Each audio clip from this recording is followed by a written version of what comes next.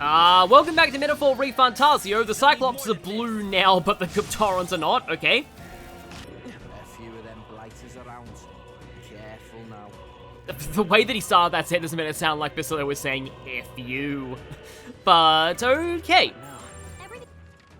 Welcome back to Metaphor ReFantazio. Last time, we made our way through the entire Tyrant Star, and got to the final platform that would lead us to Luis. But I'm not going to take that platform just yet. I am going to show what happens if you actually go on these platforms. Let's not go for this one just yet, because for this one I want to have a lot of wind skills.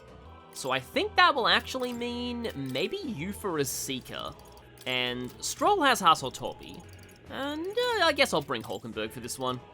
Yeah, I'm gonna go Yufa Seeker with Heavenly Breeze. Now, it is important to note that nothing that I do in this video is gonna be canon. Because, I'll reiterate, in order to fight Luis at his full power, you have to not beat any of these optional bosses. But I want to show all of them regardless for completeness, and if you're on a first playthrough, I definitely recommend that you do this. Only don't do this if you are, wanting a challenge. Now, this area is called Hall of the Sky. The name of these halls implies what we're going to be fighting here. And not all of them are that obvious, but this one is one with wings. Ironically, that doesn't like wind.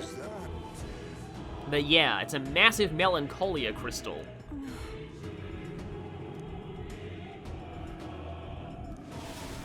So yeah, just like those king's servants, but... Careful now.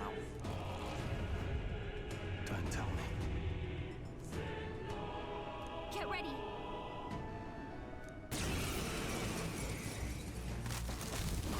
Yep! The human from the border fort? But it looks different somehow. Looks like we can't brute force through this one. It's a boss rush of all of the human bosses. So we have Diabolus Gorleo this time. And parts of it, specifically its wings, are still weak to wind. So I had Cyclone Slasher, severe magic wind damage, only one target though. We have Seeker's Gale to everything. I guess I can lead with this. Only one of them is actually a weakness though. And, yeah, a slight problem with these fights in terms of threat level is that all of them are severely weak to Prince's Almighty attack, so if you have things like Almighty Boost and the like, they're gonna fall very, very quickly to a bunch of Royal Slashes.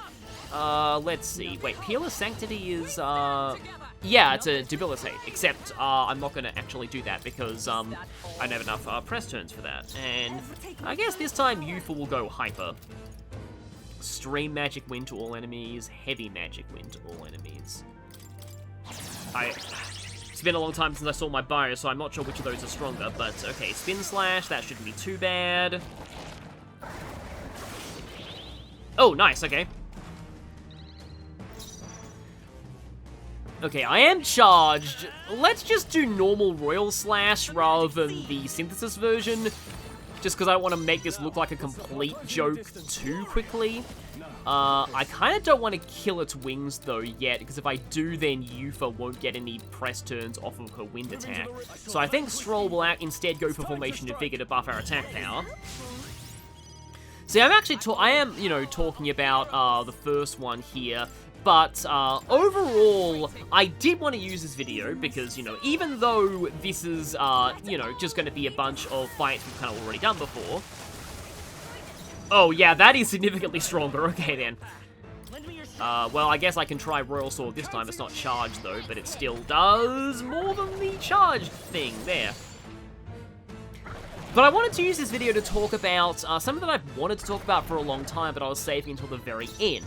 And that is Luis himself and... Oh, okay, I haven't even hustled topic with you yet. Yeah, let's go for that. And how I feel that Luis is the one time... Well, okay, no. Luis is the second time that Atlas has got the Shin Megami Tensei Chaos Alignment right. And the other time they got it right was Shin Megami Tensei 1.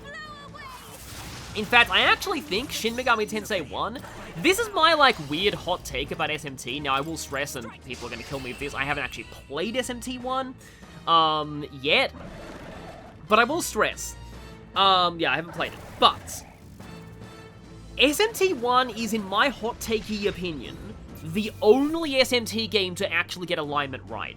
That and maybe Devil Survivor 1, and also Vengeance. But those are the only 3 games to get SMT alignment right. But the way that SMT 1 used alignment was actually really fascinating to me, because in a way I consider it the antithesis of the way alignment was treated in every other game in the series. I feel stronger already. Does it seem that I've grown? Yeah, you know what? Let me actually talk about this one first, because I feel like Luis. Talk about Luis makes a little more sense in the context of after we do this. So, the way that alignment works in Shin Megami Tensei 1, it's not about giving you a choice of choosing the fate of the world and choosing which side you think is right. Shin Megami Tensei 1's take on alignment is about a lack of choice. Also, we've got party character development here. I probably shouldn't talk about this while that's happening. So yeah, everyone's realizing how far they've come. Shame that this is gonna actually not be canon because of the fact that I have to fight Luis without beating any of these. As they'll explain in a moment. Because yeah, you'll see, they're about to destroy the crystal, and then Gallica's gonna talk about, or Yufa's gonna talk about something here, about the way that it affects Luis's Magla. Just as I thought. I dare say. What? Yeah, they're feeding directly into Luis. Right.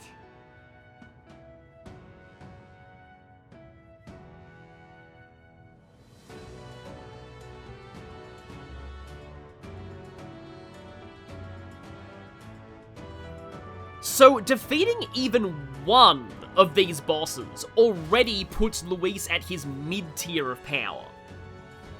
Which means he gets 6 press turns, and he loses access to some of his skills. Basically, he gets a skill from every one of these bosses, and if he tries to use that skill and you've killed that boss, it will say, like, the Magla link was severed.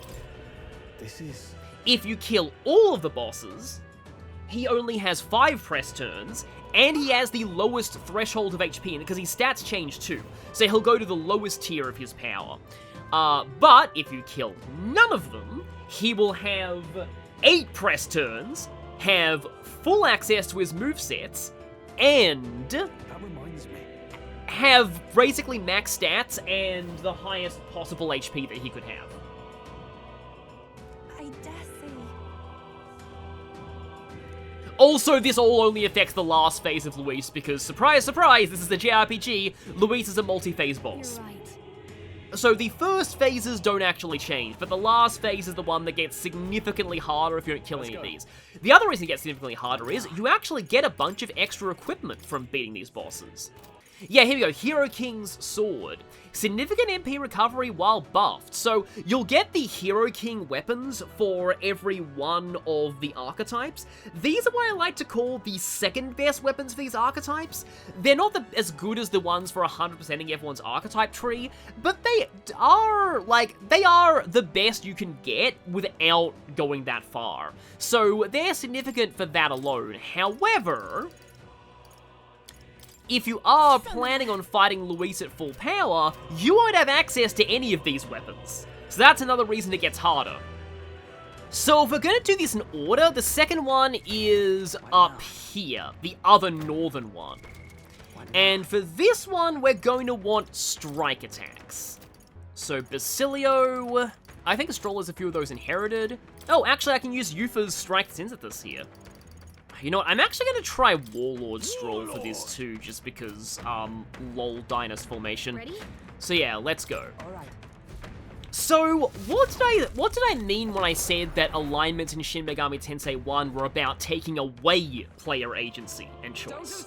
Well, from what I've gathered from, like, seeing, you know, speedruns and playthroughs and, like, talk about how they work, In SMT1, you have lore and chaos points, and those will change based on what demons you summon, based on whether you use lore and chaos healing points, and based on your choices in the story.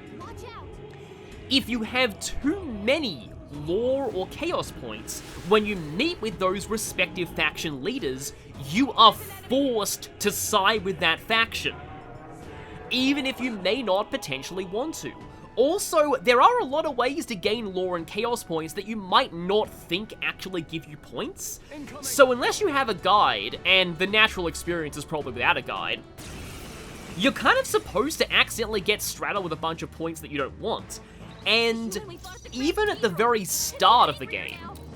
oh yeah, by the way, this is Diabolus Avades, so this is why I said we wanted strike damage. There we go, Dynast formation. The intro of Shin Megami Tensei 1 tells you to not let the balance go too far in one direction of lore or chaos, and in a way in that game, like, a lot of the others, like, people, you know, joke about the Shin Megami Tensei series as, like, neutral bias, but, like, the thing is, and, like, yeah, granted, the neutral ending in SMT1 isn't, like, that great in its own right, but it's better than the alternatives, and you basically lose content if you go for the lore or chaos routes in that game. And basically, yeah, it turns the lore and chaos paths into punishments for falling into extremism one way or another, rather than rewards for choosing your preferred path. And the reason why I do think that this is more like... Oh wow. If that did that much damage, I dread to think how much this is gonna do. Because we are, you know, we are Dynast formationed. Yep, there goes the shell. So now it is heart time. Just one more. I have to say it one more time from the road. Hearts out! We can do this! I need to see Suicide Squad one day just because it sounds so silly. And yeah, this thing is going to die very, very... Oh right, I don't even need Synthesis use Wanton Destruction because I am awesome. This is the power said to belong to a priest. Oh right, that was a weakness because I used Wanton Destruction. I'm like, wait, the heart was weak to strike all along. Okay, yeah, front row. Let's try a front row Undead King. Aha, how does it feel when I use the liches against you? It feels good, because you're not actually neutral to that. But there we go. Because, like, the reason why I feel like SMT1 doesn't really want you to go for any of the alignments is because the alignments represent very, very bad things in that game. And that, I feel, is something that, like, the later games kind of didn't really get, because they tried to treat the alignment routes as, like, actual things that you would want to choose for the world. So, put bluntly, in Shin Megami, and also SMT1, and I can kind of see why the later games don't do this, because it's sort of like, you know, politics, I guess. Atlas, you know, it can be a little alienating when a game gets too close to the real world, political-wise. Even Metaphor, while its themes are extremely political and very relevant, in SMT1, they're not even allegories. In SMT1, lore is the America that nuked Japan in World War II, basically. Lore is like American interventionism, occupation, and wanting to just nuke Japan if the crisis gets out of control.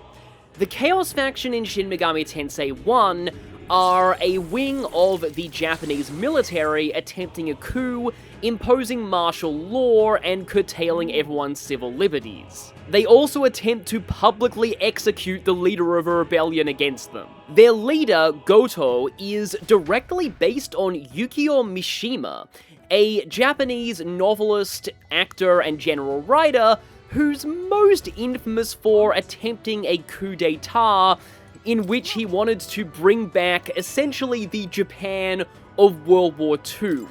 He hated Japan's adoption of post-war democracy and globalism. He felt that Japanese people were losing their national essence. So, yeah, SMT1 got kind of real with the alignments. Okay, War King's Claymore is worse than Amin or Habakiri, but it does give increased critical hit chance. We also have the Hero King's Lance. Significantly reduces damage from being hit by a weakness. Yeah, I much prefer Lance of Judgment for the chance. Yeah, because these aren't even the second best weapons of a lot of these archetypes. So I'll continue this talk when I see you at the third human boss. Just note this. While those screenshots I showed might make neutral look like quote-unquote enlightened centrism, and that's kind of the impression it gets in later SMT, in SMT1, both Law and Chaos were violent authoritarian regimes. They were just dressed up differently. So, for this next one, once again, Yufa's gonna kind of take point here because we want ice. But apart from that, just general good damage is the name of the game here. Actually, highest main might not be a bad idea because we're gonna kind of want evasion. Do you have okay, no, you only have Master Kukaja via Commander, and I don't think I got you Warlord. Wait, no, I think I did get highest main Warlord. Oh no, I can get highest main Warlord. I see. You know what? Let's actually try Dynas Formation coming off of Heisme. He still has 87 evasion and can equip the Dodger Ring, so it's still going to be pretty effective. And then...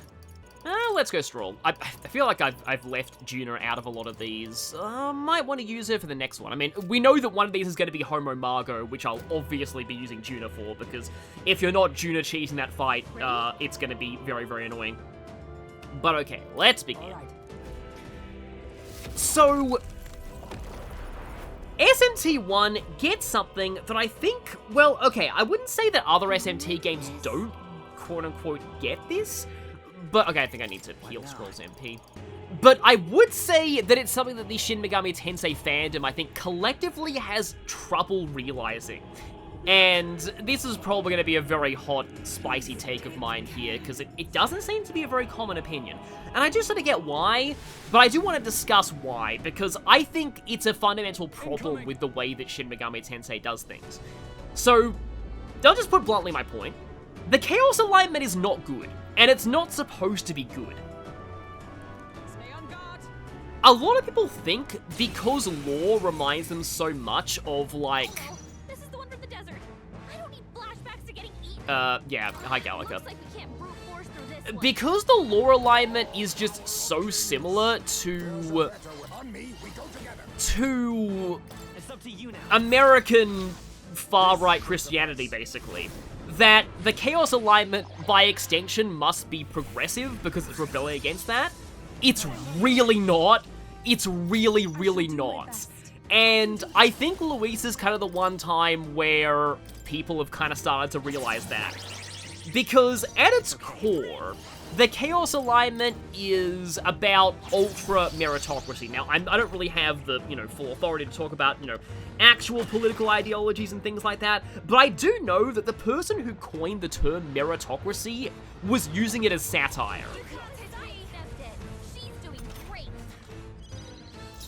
The thing to me that I think is the most eye-opening aspect of...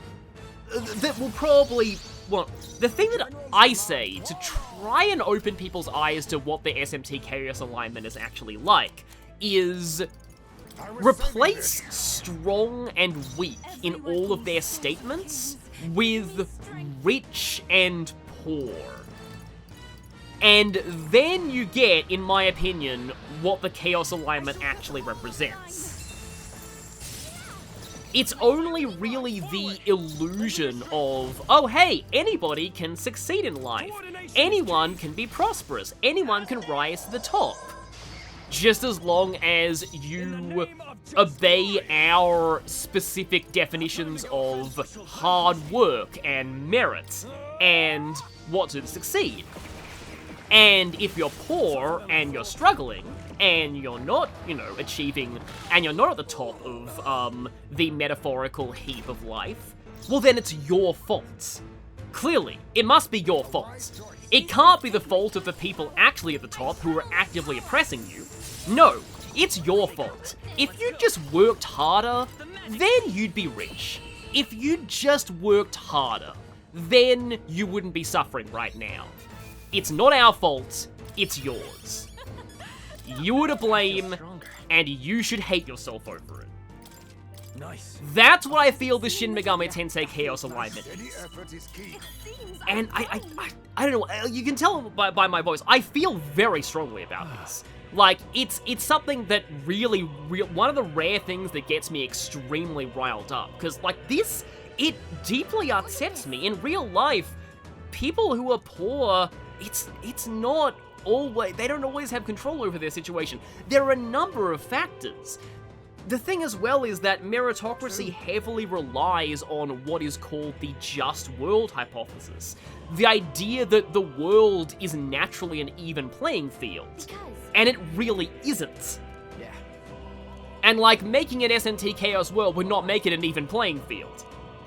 Like, ultimately what Chaos just would do is it would just make a certain group of people just rise to the top and oppress everyone else.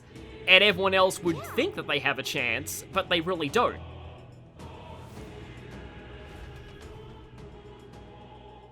In a way, it's kind of what people are saying about billionaires now in modern society. Like, that's what Shin Megami Tensei Chaos leads to. Hey.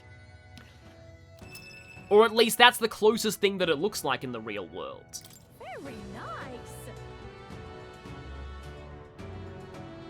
Yay, we've done it. I believe the Hero King's Abacus is sort of interesting of a weapon. Tycoon! Significantly decreases the cost of money skills. So, for this next one, we want pierce attacks. So, I think I'll go Stroll, Basilio... Stroll, Basilio, Hulkenberg, maybe?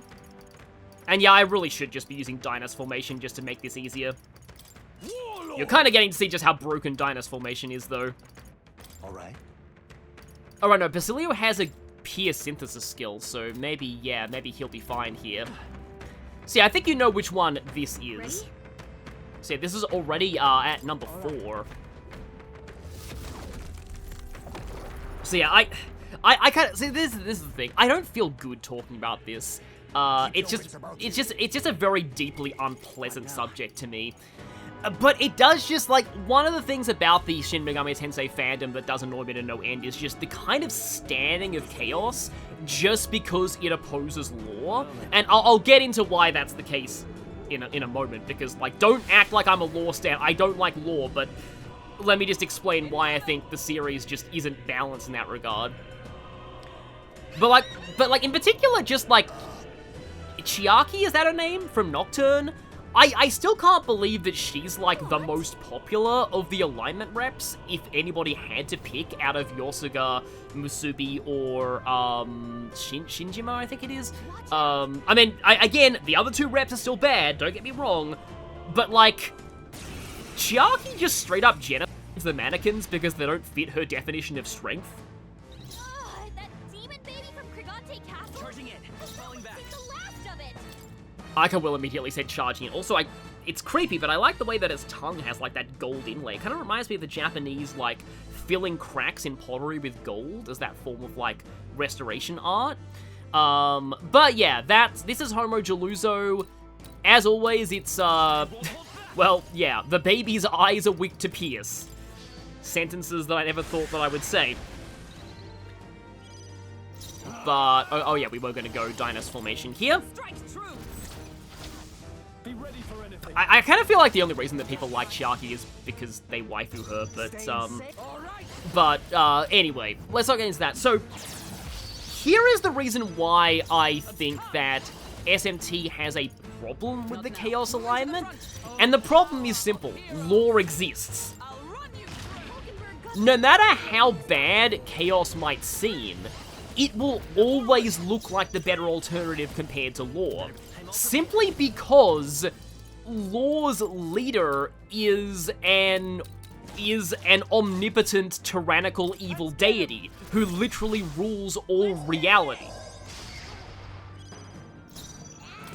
It's hard to get worse than that, existing in your world, and so I can see why some people would be like, oh yeah, well, obviously Chaos is better just because it opposes law.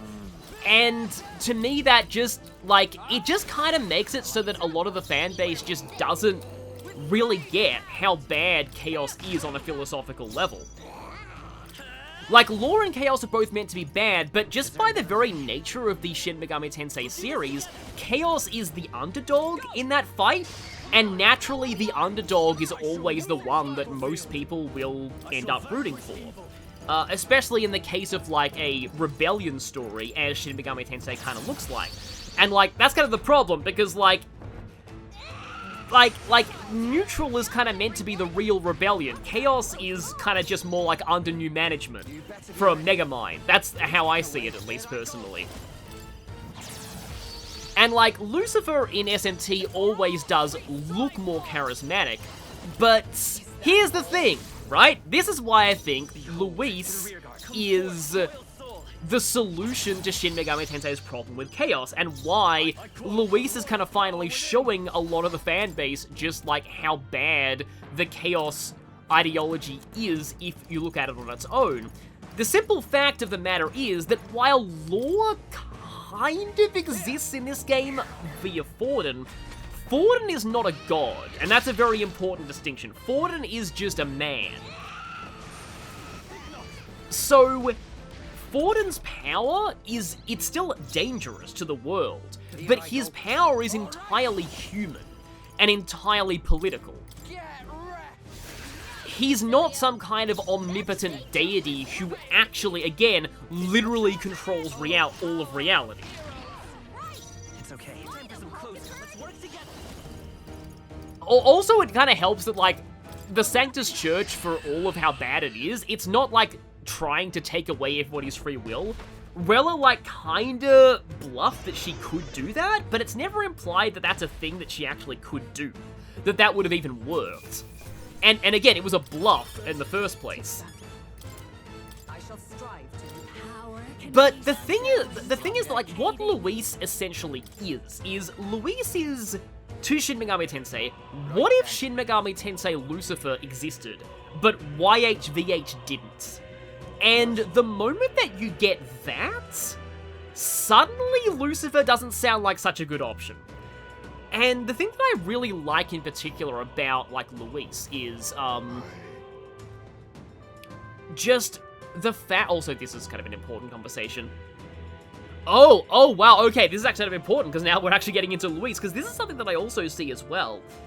Because I do think that Luis, like, he does kind of believe in his own ideology, but the thing is that Luis, and this is the thing about Luis as well, like, you can see that Luis is very much not motivated by any sense of actually wanting to help the world at all.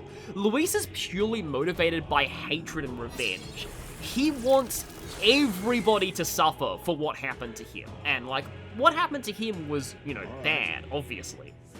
Not downplaying that. But what Luis is doing is essentially every single, like the entire world deserves to just know the pain that I knew. Now then. This is great. And this is what I was going to say before that I like a lot about Luis, is that he kind of does that aspect of Lucifer in SMT about that he doesn't technically lie, but he leaves out just enough of the truth that he is still a perfect manipulator. He'll get people to side with him by saying things about his philosophy and about what he plans that are technically true, but leave out a few key details. And in particular, like, the most insidious things that he does, particularly because a lot of, you know, real-life politicians do things like this, is when he's like, oh hey, Will is an elder. Elder are bad because they are the scions of humans, and they have the potential to turn to humans. Oops, forgot to mention, that's also true of everyone else. But, like, I'm not lying when I say that it applies to Elder. Because, I've actually got the right platform here.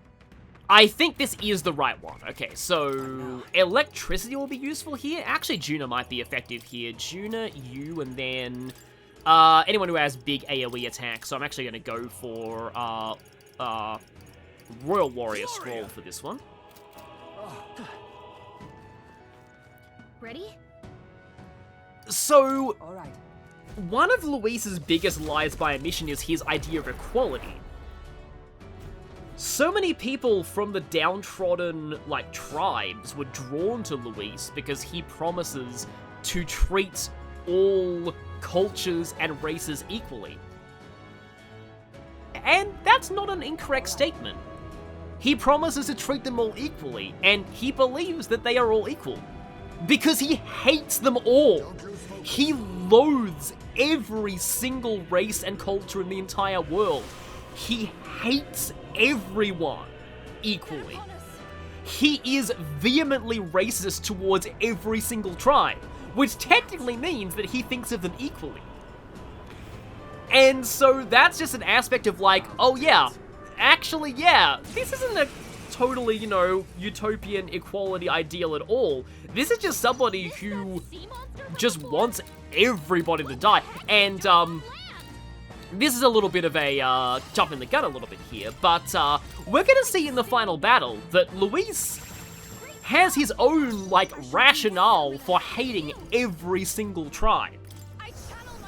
So, if you kind of apply that to the real world and think of somebody who would do something like that, yeah, that's not exactly a champion of, like, progressivism.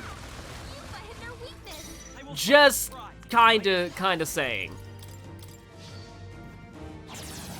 And so, yeah, I do feel like ultimately what does make Luis in this game stand out is just way worse than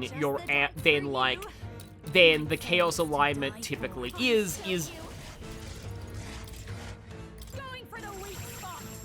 just the fact that there is no YHVH in this game.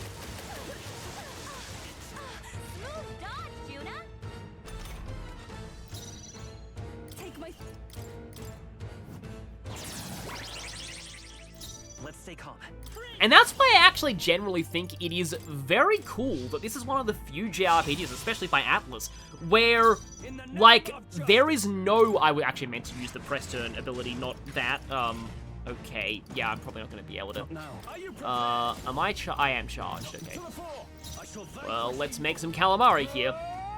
But, like, there is no, like, clearly existing, like, god of Sanctism. We don't know if the Sanctus god even exists, and that already heavily reframes a lot of things about, like, Luis's plan. It also just makes the corruption in the Sanctus Church feel a lot more real than if they had an objectively existing evil god that was actually pulling the strings behind them. Like, I don't know, I just like it personally. It's also nice to see, like, an antagonist in an RPG who is fully human.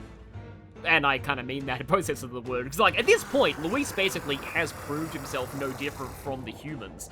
But, yeah, who is fully, like fully just a person, rather than a deity. And it just leads to some very interesting motivations, because I suppose, like, I've said everything that I can about the Shin Megami Tensei Chaos thing, so I think one more thing I want to talk about is just something I feel about Luis, like, an idea that I just had in my head about Luis, was that I think at this point, Luis very much views himself as the villain the world deserves. I don't think Luis sees himself as a hero. Luis is very much taking on the literary archetype of the arch nemesis to the hero, the villain, the ultimate evil to the world. Because that's what he thinks the world deserves. He doesn't think the world deserves heroes. And that's how I kind of relate him to those themes of, like, fantasy and literature and the kinds of archetypes we see. Whereas Will is, like, the classical rightful king returns hero, Luis is just that classical villain. I mean, he's probably not a lot like Sauron. In a way, he kind of fits more of that Japanese, like, Dragon Quest villain archetype. Of essentially, like the whole, you know, Ma or Demon Lord kind of thing. Right, whereas I do feel that Will's archetype, it does have, like, it combines Western and Japanese hero archetypes. I do think, like, in a lot of ways it is very Aragorn, but it's also very, power of friendship, but in a way, this game kind of reconstructs the power of friendship in a way that is just like, that, like, Will is the, like, Luis is the classic, I hate friendship, I hate bonds, and then Will is like, our bonds give us strength. But it feels a lot more mature than the average example of that kind of trope, because Luis has real reasons why he hates everyone, and why he thinks forming connections is worthless, but it also shows that he's absolutely the worst person to give the throne to. I guess Basilio wasn't there for the first fight against this, because it shows that if he does win the throne, we'd get a king who does not care for his subjects at all, and doesn't care how much suffering they go through. Whereas Will is ready to be king entirely because he knows the people. He gets to know them. He understands their problems. In every region, he meets a major contact and gets to talk to them and understand, okay, what do these constituents actually want? And it fits with the political theming a lot. So yeah, in a lot of ways, Metaphor is kind of a very kind of mature RPG. It's the Persona with adults that I feel everyone wanted. And it's just a shame that it didn't really get, like, the recognition that it deserved. Like, another thing as well I find is that, well, I mean, this is a totally different tangent, but, yeah. So this is Homo Margo, so this will be the last one. And it has the exact same gimmicks. So I think we want to wait for it to actually do, We'll make sure it stays going for the weak spot. that it actually does a barrier change before I try and use any of the tuner skills. Because otherwise it might just overwrite the weakness that it gave itself. Also, we didn't have Wanton Destruction in the first fight, and Wanton Destruction is super, super useful here. Okay, yeah, there's Reversal Prayer. Okay, so it's gone into Ice Mode now. I think that's Ice Mode. But see, here's the thing. If we do this, we can keep it locked into using Dekaja and Dekunda. I can do this. Vitalgia yourself. Also, we, you know, have Prince and, like, super, super almighty abilities, so yeah. Of course, this time I actually will use Hero's Cry properly. I'm ready. Here I go. Gotta stay. Here I go. All right. I want to say that other elements do work, they just know they don't work. Okay, then. So I do have to do this. This might sting. Great job, Juna. Hellfire and Dragon God. There we go. But hit their weakness. But also Almighty. I'm counting on you. Yeah. Who should I beat down to the ring? Very significant Almighty. And I can use... That's already fully debuffed. Okay, I do have an Ignore Resistances attack, though, so maybe I should use that next time, if there is a next time, because we'll probably finish it. Okay, there's the card. It's probably going to use Dekunda, isn't it? Yeah, it is. Okay. So if you know how to use, like, keep it locked down with buffs and debuffs, it's not hard to have this boss be an Unscathed Triumph. Okay, that ignores resistances at least, so I can use this for a little bit of chip damage. Let's stay calm. We'll do this together. And Royal Sword. Okay. And now, Systematic Destruction, ignore resistances.